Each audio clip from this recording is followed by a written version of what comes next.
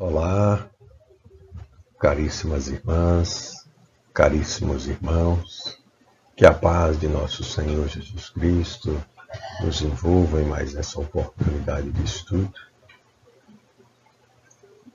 Estudo que atende à programação estruturada semestralmente por nosso centro, o Centro Espírita Bezerra de Menezes, o Apóstolo do Bem.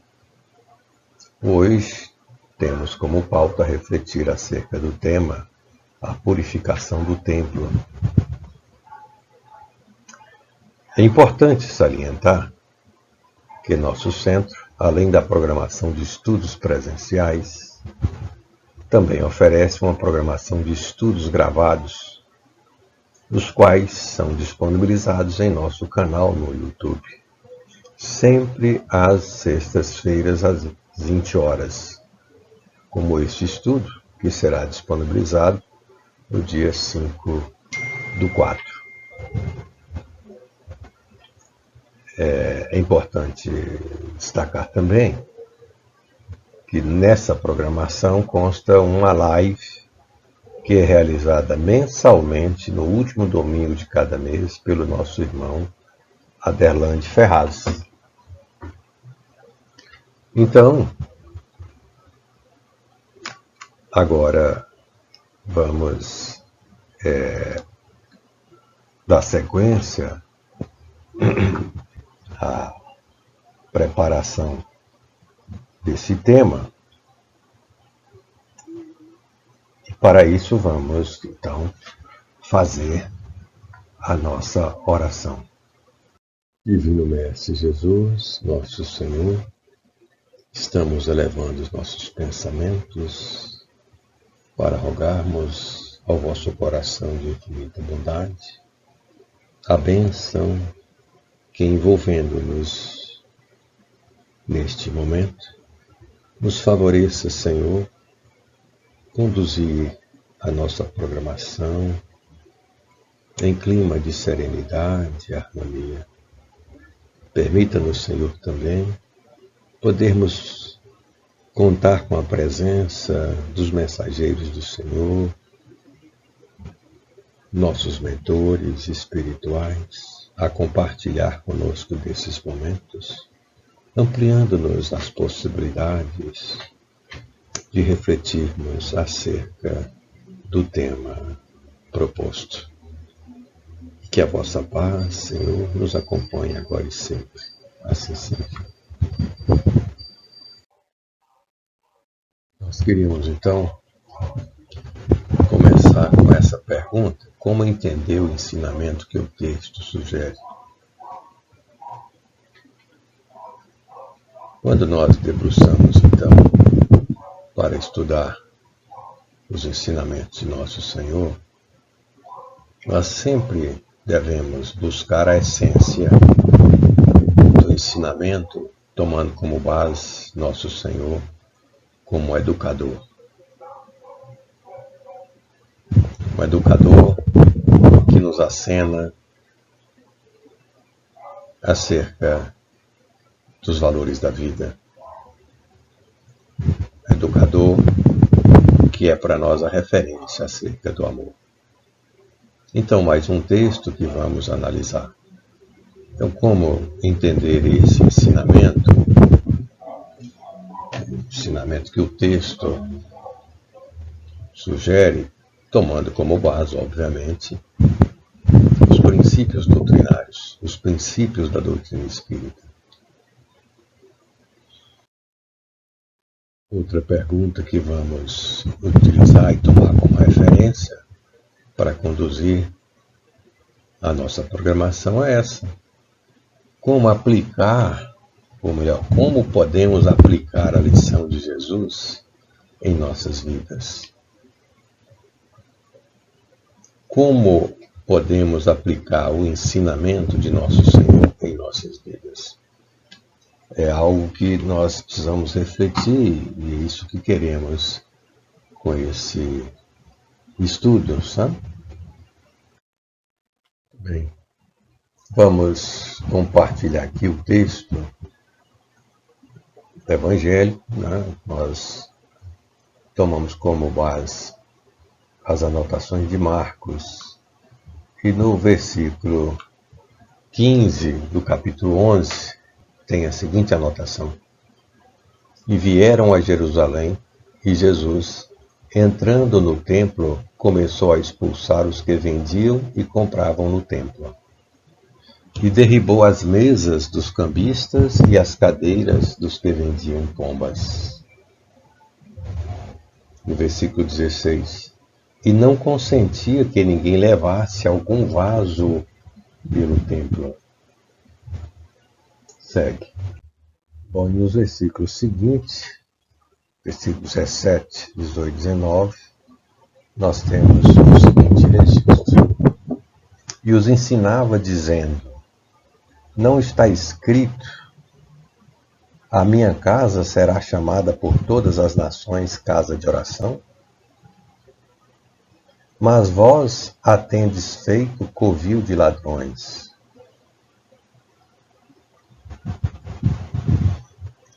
No 18, estamos tratando aqui do capítulo 11 de Marcos, esse é o versículo 18.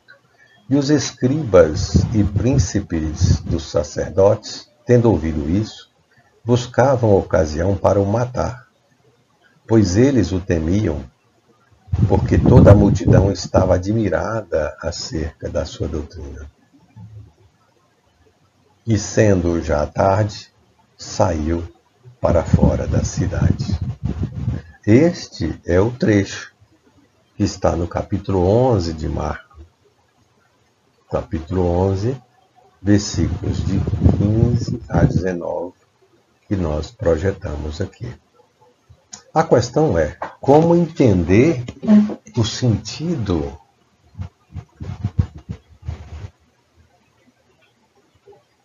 espiritual, como entender o ensinamento de nosso Senhor nesse contexto aqui, do texto que traz um momento histórico.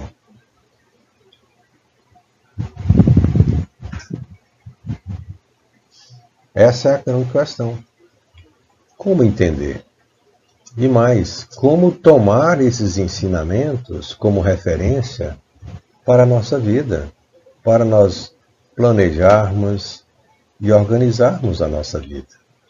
É nesse sentido que queremos, na sequência aqui, refletir.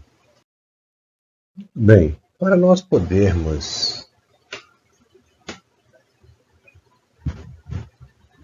entender os ensinamentos de nosso Senhor com profundidade, com amplitude, e mais, tirar a essência desse ensinamento, porque nós estamos diante de uma passagem, de um texto que é extremamente simbólico, metafórico. E o exercício que precisamos fazer, o desafio nosso é entender, é tirar da letra o ensino para as nossas vidas. Eu quero aqui compartilhar algumas transparências, as duas, essa e a próxima, né, que está na introdução do Evangelho segundo o Espiritismo, que traz algumas considerações de Kardec. Veja, ele vai dizer o seguinte, o codificador: toda a gente admira a moral evangélica. Poucos, no entanto, a conhecem a fundo e menos ainda são os que a compreendem e lhe sabem deduzir as consequências. A razão está, por muito, na dificuldade que apresenta o entendimento do Evangelho, que, para o maior número de seus leitores, é ininteligível. Argumenta aqui o codificador.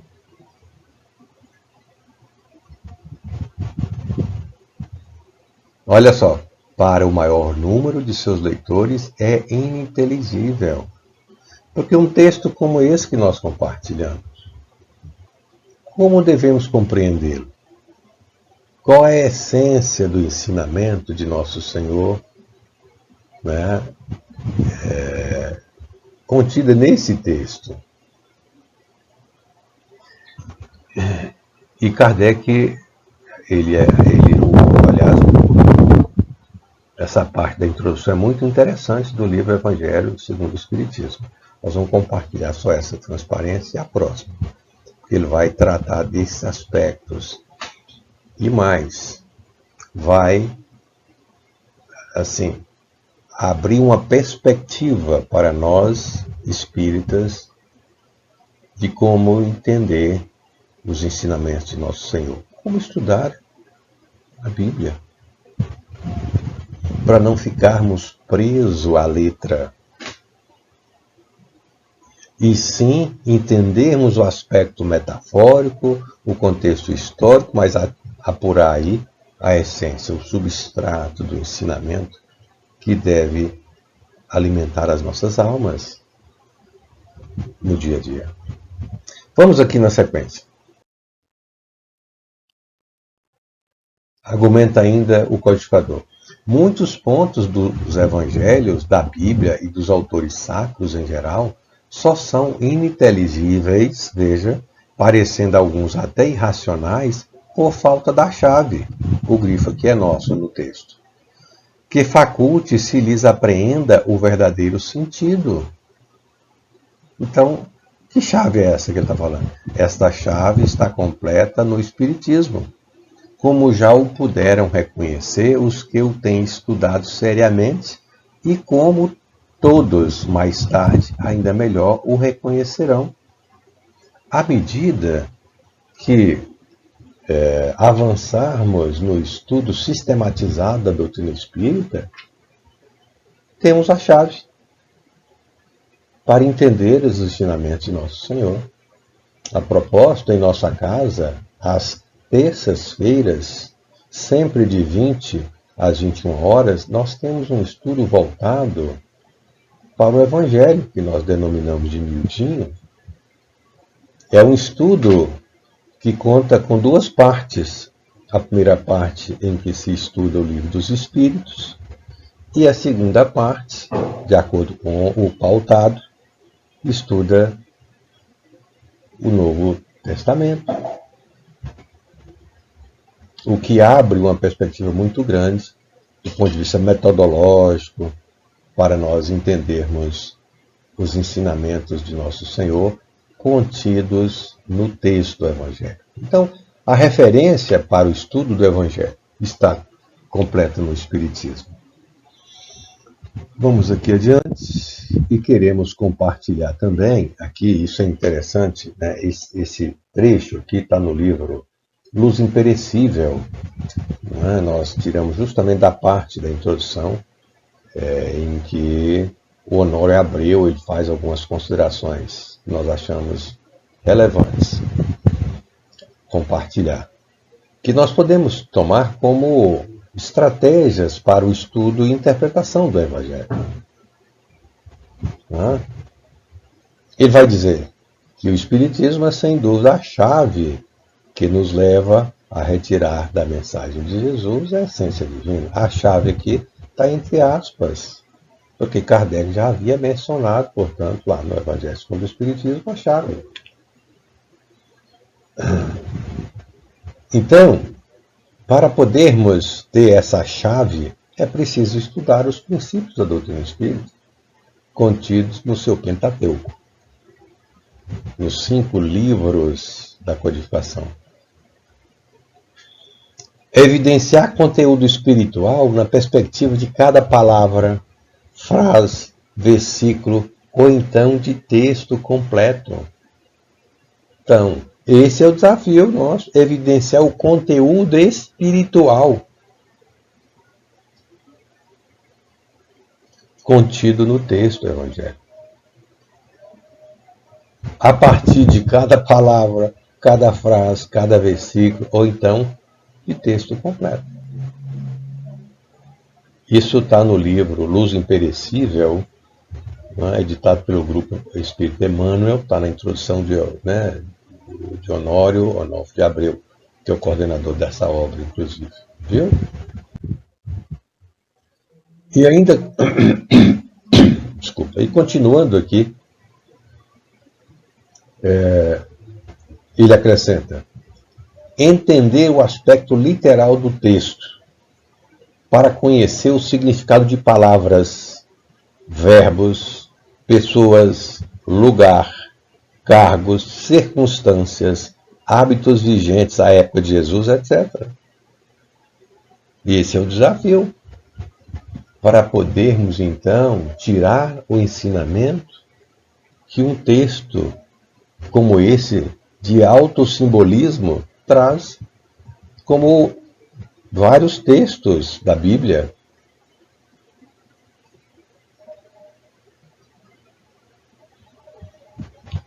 Ele acrescenta: apreender o conteúdo espiritual, ou seja, tirar o espírito da letra, como nos alerta Jesus.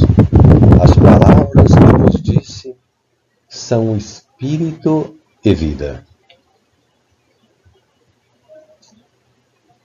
Então,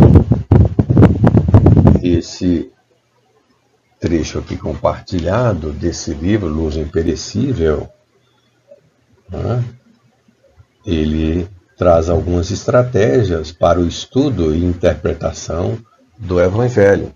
Então vamos tomar como referência esses ensinamentos para podermos então prosseguirmos aqui com o nosso estudo e entender, né, essa passagem, né, esse texto que compartilhamos aqui.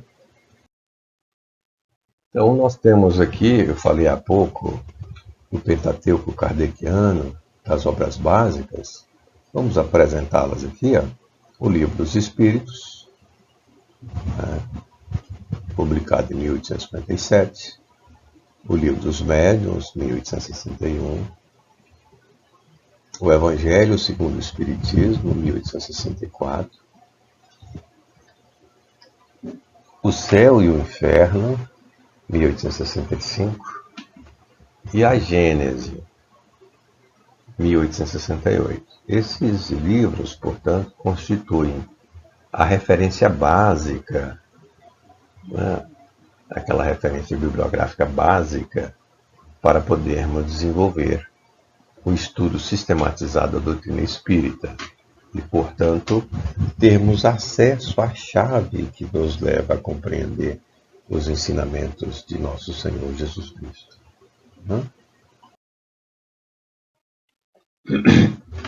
Muito bem. Aqui, é importante a gente fazer algumas considerações, porque trata-se de um texto marcado por forte simbolismo. E mais, no qual o ensinamento de nosso Senhor se dá de forma assertiva e austera. Contudo, é importante considerar o ensinamento do pedagogo por excelência. Nós estamos falando do pedagogo por excelência, de um educador. Espírito perfeito, espírito puro, governador espiritual do planeta. Pedagogo por excelência, como destaca a venerável Joana de Ângeles. Para podermos, então, entender o sentido espiritual que a letra do texto sugere. Esse é o grande desafio que temos. Mas, como Kardec disse, o Espiritismo é a chave completa. E se temos como agenda sistemática o estudo sistematizado da doutrina espírita, nós temos a chave. Obviamente, quanto maior for a nossa bagagem espiritual, melhor a nossa condição para podermos, então, compreender esses ensinamentos. O texto nos desafia quanto ao seu entendimento. Porém, com o conhecimento da doutrina espírita, é possível tirar o ensinamento que a passagem recomenda. E é isso que vamos buscar aqui. Não pretendemos, nesse estudo, até em função do tempo, tecer considerações acerca do estilo literário que envolve a construção do texto anotado pelo evangelista. Mas vamos tomar consciência do forte simbolismo que ele traz. Porém, tomando como base os princípios da doutrina espírita, vamos evidenciar os conceitos espirituais. São aspectos conceituais e espirituais que o texto recomenda. E mais, a evidência desses aspectos conceituais, né, de natureza espiritual podem contribuir com a nossa reflexão. Nesse sentido, vamos desdobrar nossas reflexões para aplicarmos o ensinamento no contexto de nossos espaços de interação social, notadamente a casa espírita, mas também no contexto de nossa intimidade. Muito bem, antes de avançarmos aqui para destacarmos alguns aspectos conceituais, né, conceitos espirituais do texto, nós queremos fazer uma reflexão acerca da superioridade de Jesus, de nosso Senhor, governador espiritual do planeta. Porque o texto, para uma leitura invigilante, não é? E destituída de maiores conhecimentos, ele pode oferecer alguma dificuldade para o seu entendimento. Sobretudo quanto aos trechos que caracterizam uma maior, vamos dizer assim, austeridade, uma maior assertividade no ensinamento. Uma vez que o que ficou caracterizado no texto contradiz a condição espiritual de nosso Senhor Jesus Cristo. Espírito puro, Espírito perfeito, governador espiritual do planeta. É preciso compreender, portanto, a sua condição de superioridade para entendermos que é um educador que está nos trazendo um ensinamento. É um educador por excelência. É o educador de referência que nós temos aqui na Terra.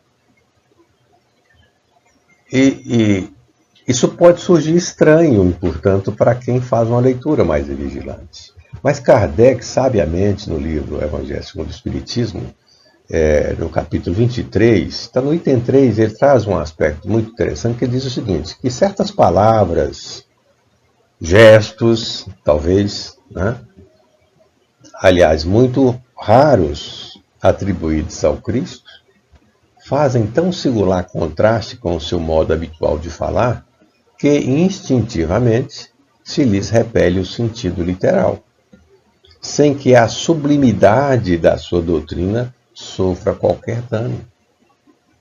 E é nesse sentido que devemos, então, compreender e avançar nos estudos para entendermos a essência dos ensinamentos de nosso Senhor.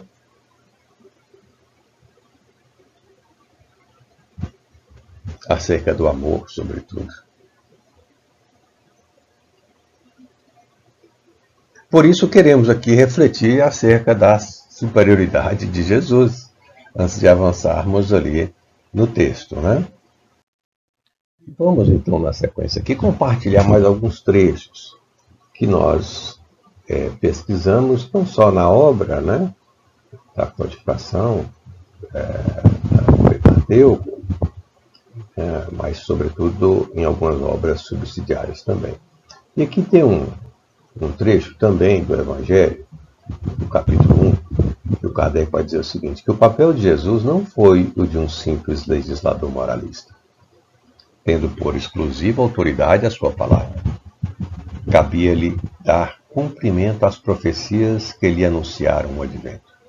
A autoridade que lhe vinha da natureza excepcional do seu espírito e da sua missão divina, a missão de conduzir o planeta enquanto governador.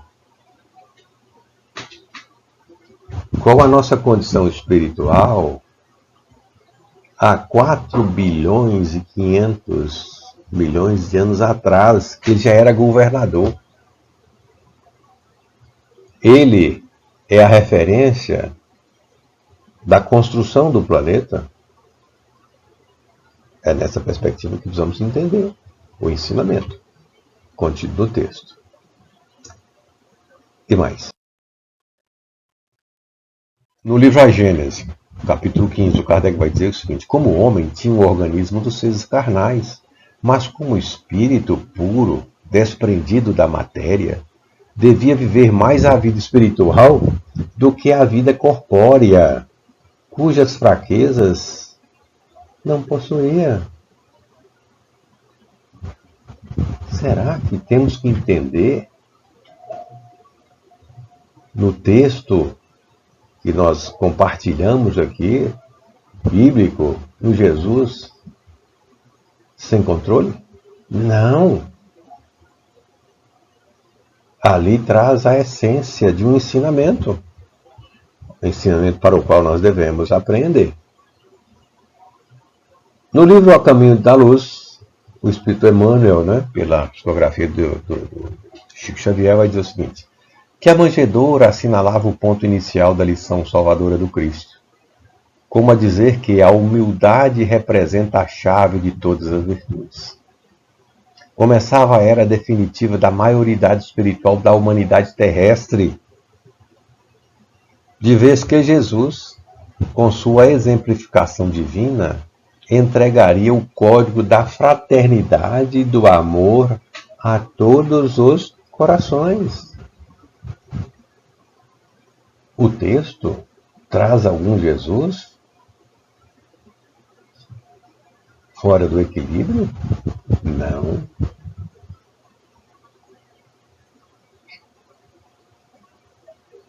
Então, qual o ensinamento que o texto traz? Vamos ver. Ainda sobre a superioridade de Jesus, que queremos compartilhar para entender o texto. Se não, vamos colocar Jesus igual a nós. Que como educadores que somos, pais, avós, enfim, na lida do dia a dia, na interação com os filhos, no processo da educação, pode, talvez, se desequilibrar. Mas nós estamos falando de nós. Jesus é uma outra coisa. É uma outra questão.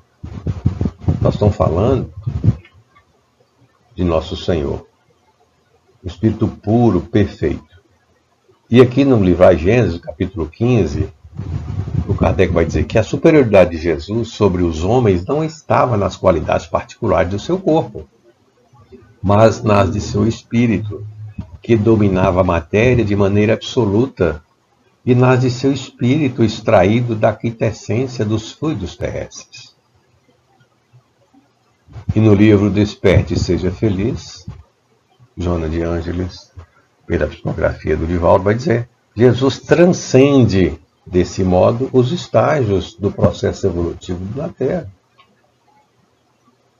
Porquanto ele já era construtor do planeta quando sequer a vida dele se apresentara. É com essa magnitude que nós vamos entender, então, o texto. Jesus teria provocado tudo aquilo que o texto traz? Derrubar a mesa, enfim. Não. Então, sem entrar no mérito aqui do estilo literário que foi utilizado, é preciso compreender o ensinamento. É isso que nós vamos fazer. O propósito desse estudo é buscar essa perspectiva espiritual que o texto sugere. Em outro momento, talvez a gente entre no mérito aí da questão de estilo, Mas estamos compartilhando esses trechos aqui para mostrar a condição de nosso Senhor enquanto educador por excelência. E Emmanuel, para fechar, no livro A Caminho da Luz, vai dizer o seguinte: que o Filho de Deus, em todas as circunstâncias, seria o verbo de luz e de amor do princípio, cuja genealogia se confunde na poeira dos sóis que rolam no infinito. Vejam bem, e nós podemos compulsar toda a obra da codificação seja obras básicas, subsidiárias, nós vamos encontrar uma ampla referência acerca de nosso Senhor, enquanto Espírito puro, Espírito perfeito, governador espiritual do planeta Terra. Então, aqui ele já tira já um ensinamento lá do texto. Jesus estaria naquele momento fora de controle, desrespeitando o outro? Como? De forma alguma. Não é dele o ensinamento de amar a Deus sobre todas as coisas e ao próximo como a nós mesmos? Não é dele a afirmativa, amar os vossos inimigos? Ora, então nós precisamos entender o significado que o texto evangélico traz. Então, para concluirmos essas considerações acerca de nosso Senhor Jesus Cristo, de sua superioridade, para entendermos, inclusive, o ensinamento dele contido no texto, queremos compartilhar essa pergunta aqui do Livro dos Espíritos. Qual o tipo mais perfeito que Deus tem oferecido ao homem para lhe servir de guia e modelo? Jesus.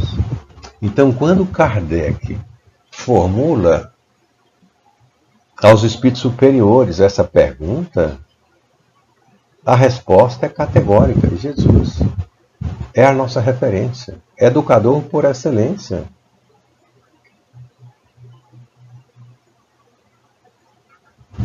Ele é nosso guia. E quem é guia? Guia é uma pessoa que conduz. Uma pessoa que mostra o caminho. Uma pessoa que lidera. Uma pessoa que é referência moral.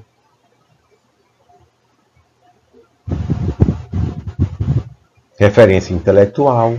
Referência espiritual. Enfim, autoridade moral.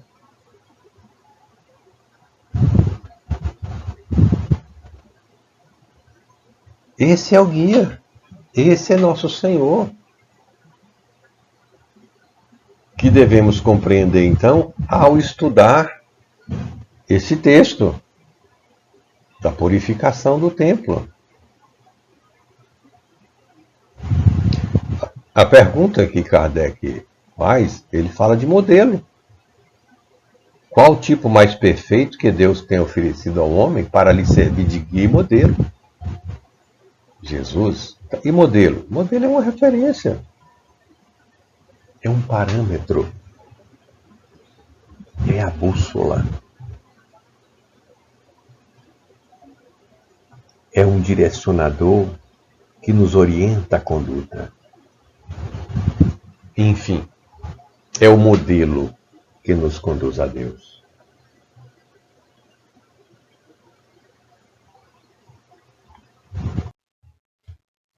Muito bem. Agora, na sequência, né, nós vamos compartilhar mais algumas transparências com o conteúdo que compõe essa estratégia que estamos desenvolvendo para o estudo desse texto evangélico, da purificação do templo, né? É importante observar que no estudo evangélico você pode, né, ter várias nuances, né, várias perspectivas de estudo. Nós elegemos aqui, estamos aqui desenvolvendo. Né? E vamos compartilhar agora o texto que já compartilhado, porém, nesse trecho, né, nesse texto, agora nós vamos destacar alguns trechos e vamos grifar, para os quais nós vamos fazer algumas reflexões. Certo? Vamos lá. E o versículo 15, lembra que é do capítulo 11, versículo 15 de Marcos. E vieram a Jerusalém, e Jesus, entrando no templo, começou a expulsar os que vendiam e compravam no templo. E derribou as mesas dos cambistas e as cadeiras dos que vendiam pombas. Vejam bem, nós queremos começar aqui essa reflexão, sobretudo nesse item que é entrando no templo, mas tomar como base que já apresentamos aqui. acerca da superioridade de nosso Senhor Jesus Cristo. E se nós o tomarmos como guia e como modelo, como refletimos há pouco, nós vamos seguir aqui uma trilha como tendo-o como nossa bússola, nossa referência no contexto da vida, que nós queremos já agora trazer para o contexto da nossa vida, seja no contexto social, das interações, seja no campo íntimo. E aí, então, nós temos Jesus, uma referência espiritual, autoridade moral, entrando no templo. Começou a expulsar os que vendiam e compravam no templo. Aqui nós estamos diante de uma situação em que o templo estava com um desvio de função. Aí é a questão de nós nos perguntarmos, qual é a função do lar? Qual é a função do ambiente de trabalho? Qual é a função do templo religioso? É nesse sentido que nós entendemos que precisamos compreender aqui o ensinamento de nosso Senhor. Ora, ele percebeu um desvio de função de um templo. E nós? Porque se nós o tomarmos como referência, como bússola, nós vamos passar a nos orientar de forma a expulsar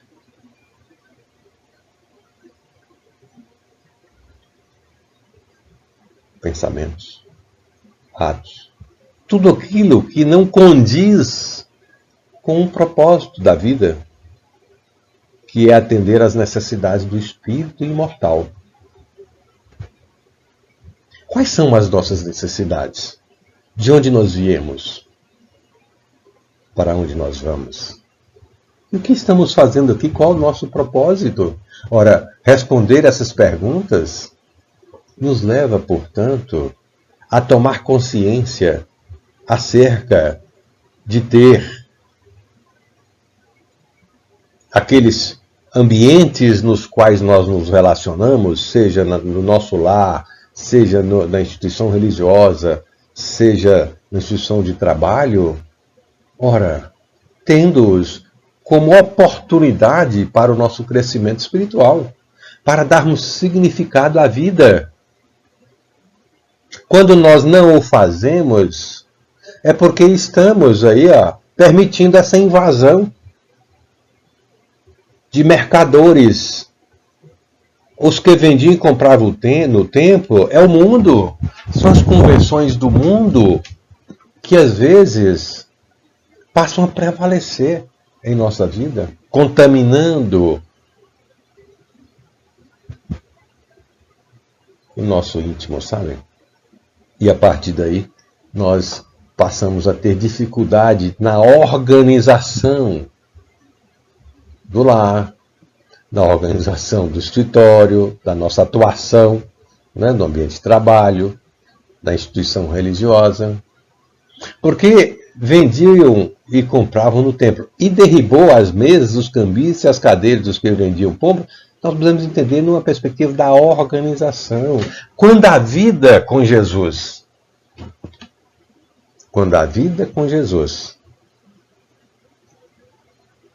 passa a nos orientar, a organização é totalmente diferente. No processo de mudança, talvez a gente tenha que derribar a mesa, a cadeira, para organizar as coisas, porque estava com um desvio de rota. Porém, fazer um percurso que o espírito precisa fazer em sua trajetória evolutiva com Jesus é diferente. Nós passamos a ter esse comando, como o Senhor tem, da autoridade moral. E é nesse sentido que queremos trazer essas considerações acerca deste versículo. E não consentia que ninguém levasse algum vaso pelo templo. A partir daí muda-se. Altera a condição. Passa a ser cultura para nós. Quando nós estabelecemos um norte para a nossa vida, um planejamento para a nossa vida. Nos organizamos a nossa vida, tomando como base, obviamente, o que nós estamos falando aqui. O entendimento de que nós somos espíritos imortais. E a nossa necessidade é atender ao espírito.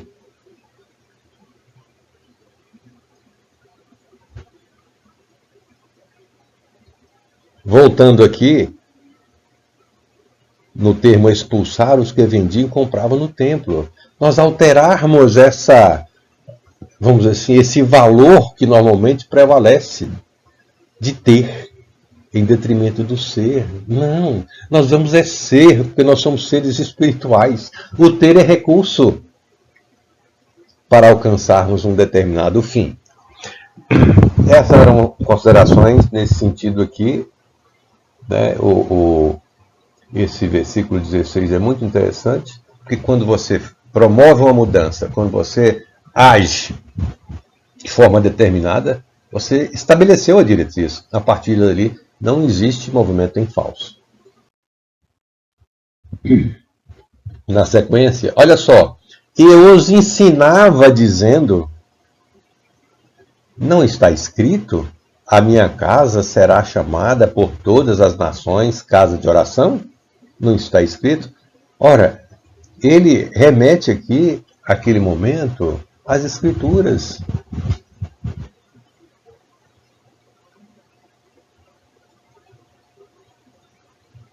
Registros que os profetas haviam feito. Agora, olha só o aspecto aqui. A minha casa será chamada por todas as nações casa de oração. O que estava acontecendo ali? Praça de mercadores. É o que ele vai dizer. Mas vós a tendes feito covil de ladrões, desviando totalmente a função para a qual o templo serve. Aqui, dentro do contexto da época, nós podemos trazer para nós qual é a função do lar. Sabe? É promover a educação como condição fundamental, essencial, a educação. A educação dá o espírito.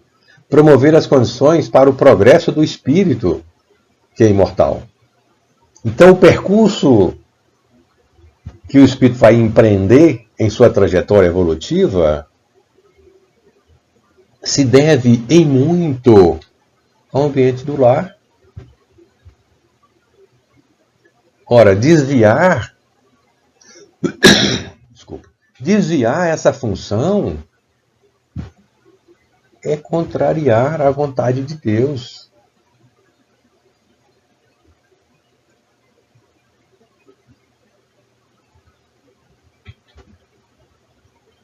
Veja, o lar, portanto, tem que se orientar, se organizar nesse sentido.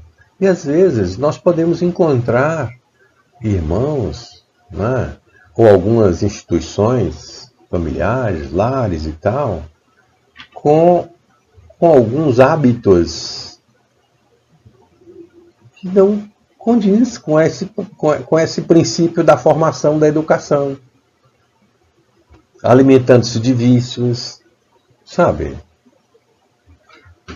Em que a organização tem até bares. Imagine uma criança submetida a essa imagem. Ah, mas se você então está orientado para entrar no templo, ou seja, desenvolver o seu ambiente do lar, com essa orientação, que é a orientação de nosso Senhor Jesus Cristo, que é amar e se submeter incondicionalmente à lei de Deus, amar a Deus sobre todas as coisas e ao próximo como a nós mesmos, e você está diante de um processo de mudança, você vai derrubando, estou tirando tudo fora, porque não condiz com a realidade espiritual e com a necessidade do espírito imortal. Então é desvio de função. Ora, não é diferente no ambiente de trabalho.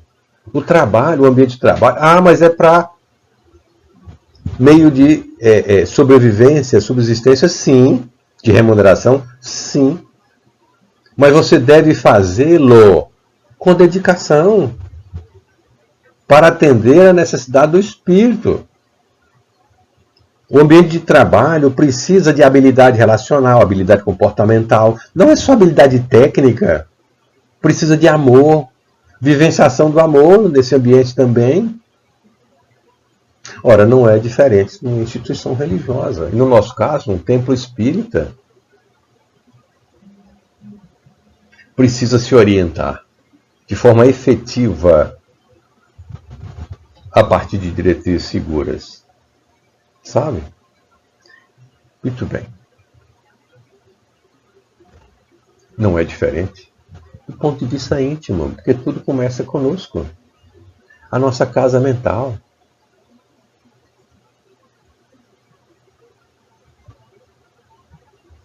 Nós precisamos entender que nós somos um templo sagrado, criaturas de Deus.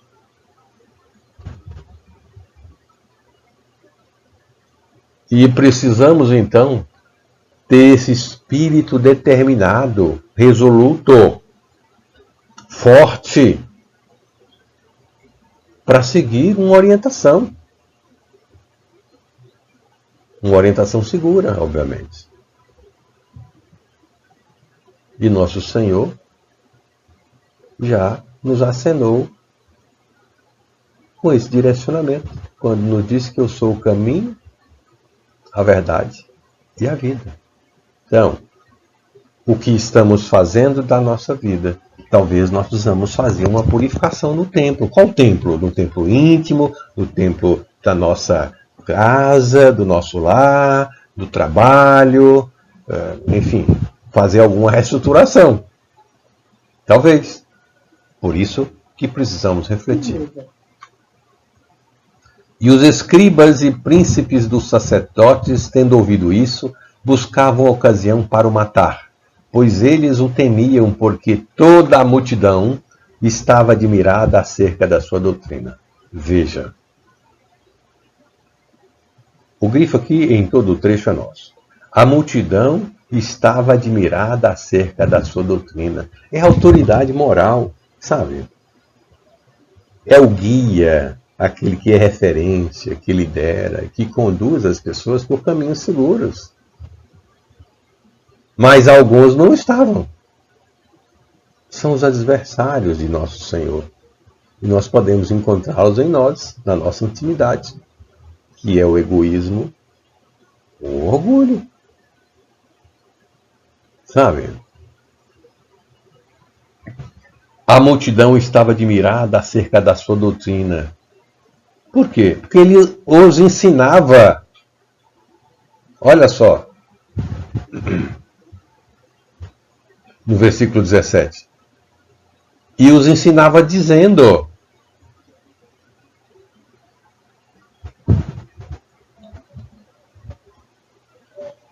autoridade moral. De quem é guia, de quem é modelo. E sendo já tarde, saiu para fora da cidade. Com isso, nós fechamos aqui algumas considerações que queríamos desenvolver acerca da passagem. Nós vamos dar sequência aqui com mais algumas reflexões, mas esse era o aspecto fundante da nossa estratégia para essa passagem neste momento. Muito bem. Nós temos aqui um trecho que queremos compartilhar nesse momento, que estamos já encaminhando o nosso estudo para as considerações finais, do Evangelho segundo o Espiritismo, capítulo 26, item 6. O Kardec argumenta o seguinte: Jesus expulsou do templo os mercadores, condenou assim o tráfico das coisas santas sob qualquer forma.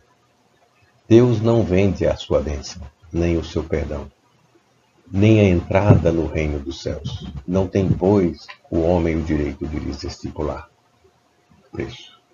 E nós precisamos ter essa orientação clara na nossa vida. Quais são as necessidades do espírito imortal? De onde viemos qual é a nossa missão aqui na Terra e para onde vamos. Precisamos refletir acerca disso e o que apresentamos aqui nesse estudo foi uma reflexão nesse sentido, para darmos um sentido à vida, porque a vida tem um sentido muito maior do que a experiência a partir dos recursos mundanos, do ter. A experiência tem que ser do ser espiritual. Recurso, matéria, é meio para nós podermos alcançar um fim, que é o progresso espiritual. E queremos aqui agora, antes de encerrar, compartilhar essas reflexões acerca da casa espírita, que tem uma função clara, que nós precisamos, então, seja como trabalhadores, seja como frequentadores, ter consciência e preservar. A casa espírita é um hospital da alma, que acolhe espíritos encarnados e desencarnados, sofredores, e que clamam por socorro. E a casa espírita acolhe, oferecendo socorro. A casa espírita é uma oficina de trabalho, porque cria condições para que o espírito possa, então, desenvolver as suas faculdades, sobretudo na perspectiva caritativa, fraterna, solidária. E passa a ser uma referência para o indivíduo na sociedade. A casa espírita também é uma escola,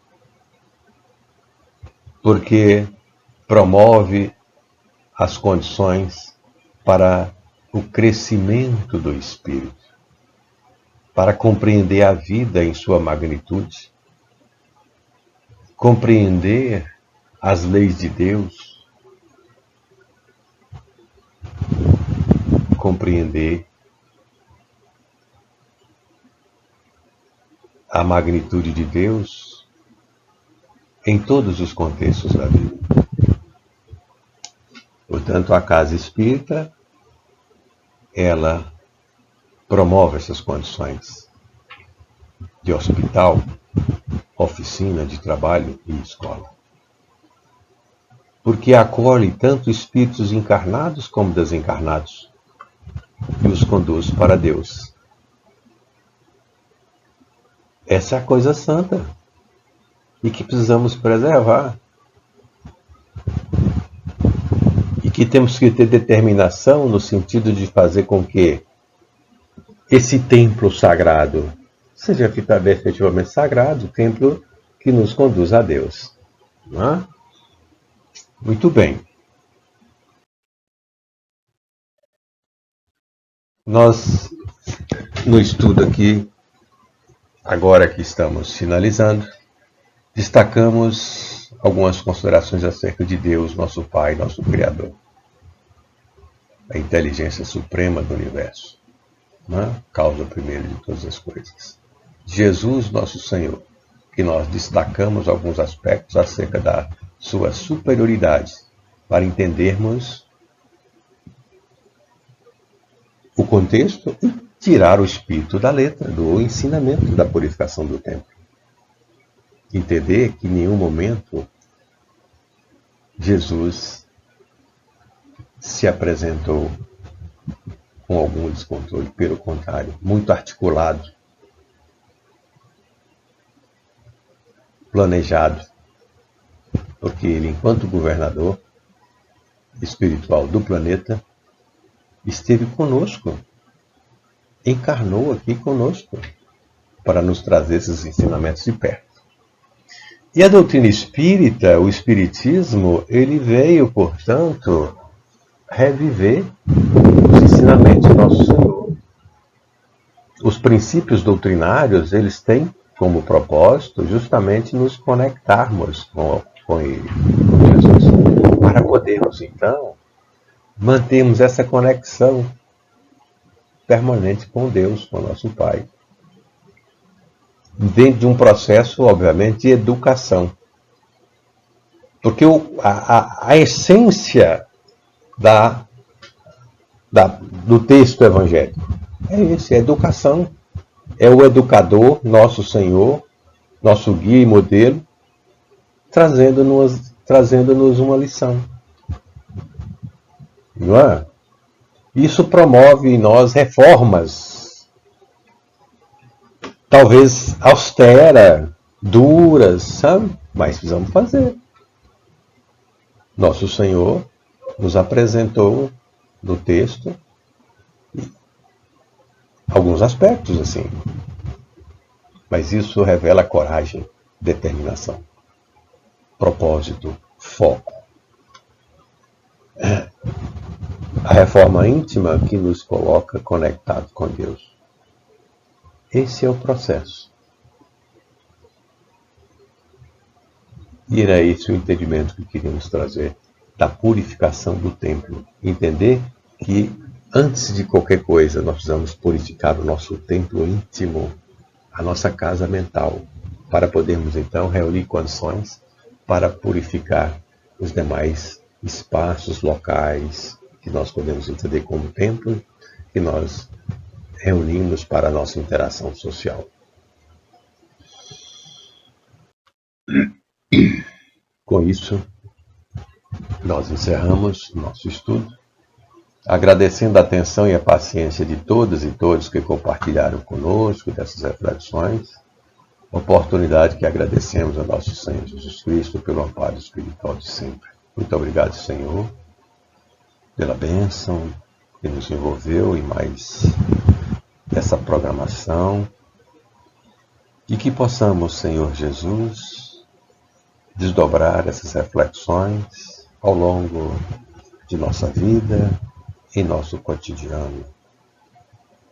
Agradecemos aos nossos mentores espirituais, amigos que sempre compartilham conosco desses momentos, ampliando-nos as possibilidades para refletir e entender o verdadeiro sentido da vida. Que a vossa paz, Senhor, nos envolva agora e sempre.